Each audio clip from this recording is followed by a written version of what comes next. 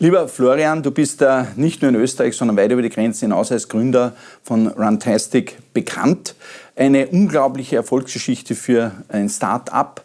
Wie schätzt du das ein? Ist das heute in Österreich, in Europa besser möglich als zu eurer Zeit, schlechter möglich? Wo stehen wir da? Also ich würde meinen, der Markt hat sich durchaus sehr verändert und Startups sind zumindest bekannt geworden. Es kennen die meisten Menschen den Begriff, was ist ein Startup? Ein junges Unternehmen, das irgendwie eine Idee in die Realität umsetzen will, damit erfolgreich werden möchte. Man weiß auch, dass man Unternehmen exiten, verkaufen kann. Aber vielleicht noch einmal ganz kurz zurück. Wir haben 2009 gestartet und in 2009 war es in Österreich, aber auch in Deutschland schon durchaus noch viel schwieriger in diesen Markt einzutreten, nämlich auch, weil ich würde nicht sagen, unbedingt weniger Risikokapital verfügbar war, aber es war in anderen Märkten. Also man hat typischerweise nicht jetzt in junge Menschen und in technologische Ideen so viel investiert. Und das hat sich jetzt in die letzten 10 Jahre durchaus ein bisschen zum Positiven gedreht. Warum ein bisschen, komme ich gleich noch drauf. Aber bei uns war es tatsächlich so, wir hatten nach Risikokapital gesucht, also gar keine großen Summen, 200.000, 300.000 Euro. Und es war de facto unmöglich, noch vor 10 Jahren das aufzustellen. Wenn ich das mit heute vergleiche in Österreich, wenn du, sage ich jetzt einmal, ein halbwegs gutes Team bist mit einer potenziellen Idee und dann deine Hausaufgaben vom Businessplan, vom Pitch Deck und so sauber machst, bekommst du relativ einfach eine Seed- oder Erstfinanzierung, so nennt man dann die erste Phase. Wo es natürlich kritischer wird, ist dann die Anschlussfinanzierung, eine klassische Series A oder Series B, wo es bei einer Series A dann bis zu ein paar Millionen gehen kann oder dann noch darüber, tun wir uns in Europa immer noch sehr schwer.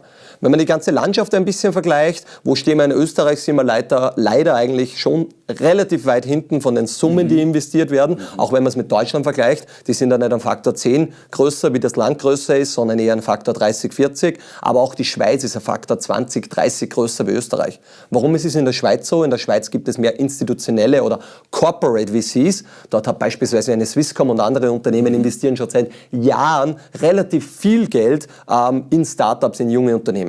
Wird aber bei uns auch mehr. Es gibt ja Unternehmen, auch wie die Raiffeisen und andere. Unica, Raiffeisen haben letztes Jahr was gestartet. Also es passiert durchaus was. Meiner Meinung nach geht alles ein bisschen zu langsam. Wir sind immer noch ein bisschen uns fehlt die Risikoaffinität. Das ist die eine Seite. Man muss aber auch fairerweise sagen, auch der Nährboden, also die guten Gründer, fehlen auf der anderen Seite auch etwas. Könnte die Politik auch was beitragen? Könnte es auch ein staatliches Förderungskonzept für Startups geben? Risikokapital aus dem Staat? Was hältst du davon? Da halte ich sehr viel davon. Ich würde jetzt nicht meinen, dass es ein Förderungskonzept von der Politik braucht, aber die Politik, die muss die Rahmenbedingungen schaffen. Da geht es auch für uns als Investoren, ich bin ja auch Business Angel, da geht es dort los, Risikokapital steuerlich absetzbar machen. Zum Beispiel. So wie das in England, in Frankreich, in anderen Ländern der Fall ist. Dann würde schon viel mehr Geld investiert werden. Das Problem ist in Österreich, und in dem Fall ist es wirklich ein Problem, dann redet jeder davon, oh, wir machen die Reichen noch reicher, was ein absoluter Blödsinn ist, wenn Geld in neue Unternehmen investiert ist. Also über das kann man lange diskutieren.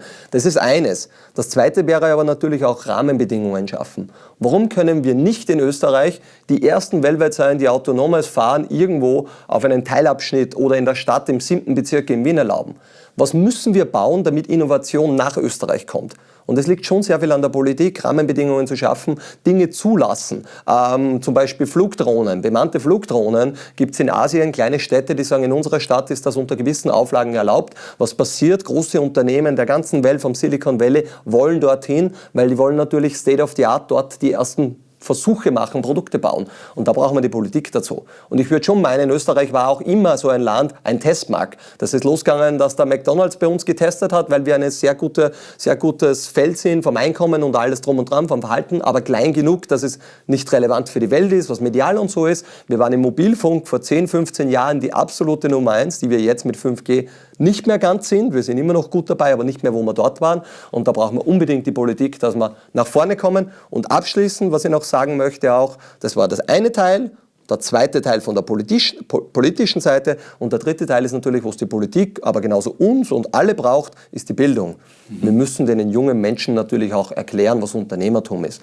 Wir müssen schauen, dass Englisch fließend Standard ist. Und mir sagen viele Leute immer, ja, wir lernen ein gutes Englisch und ich bin absolut der Meinung, wir lernen überhaupt kein gutes Englisch. Wir sind ganz weit weg von Native English und das wäre leicht möglich heutzutage mit digitalen Technologien bereits im Kindergarten beginnen und so weiter. Und wenn wir das schaffen, kaufen, wir brauchen dann auch den Nährboden. Wenn wir da jetzt was drehen, dauert es 10 Jahre, dass die guten Leute da rauskommen. Also ich möchte es auch nicht falsch verstehen, es gibt super viele gute Leute, aber es könnte noch viel, viel mehr geben im ganzen MINT-Bereich und rundherum. Klare Appelle, herzlichen Dank. Bitte gerne.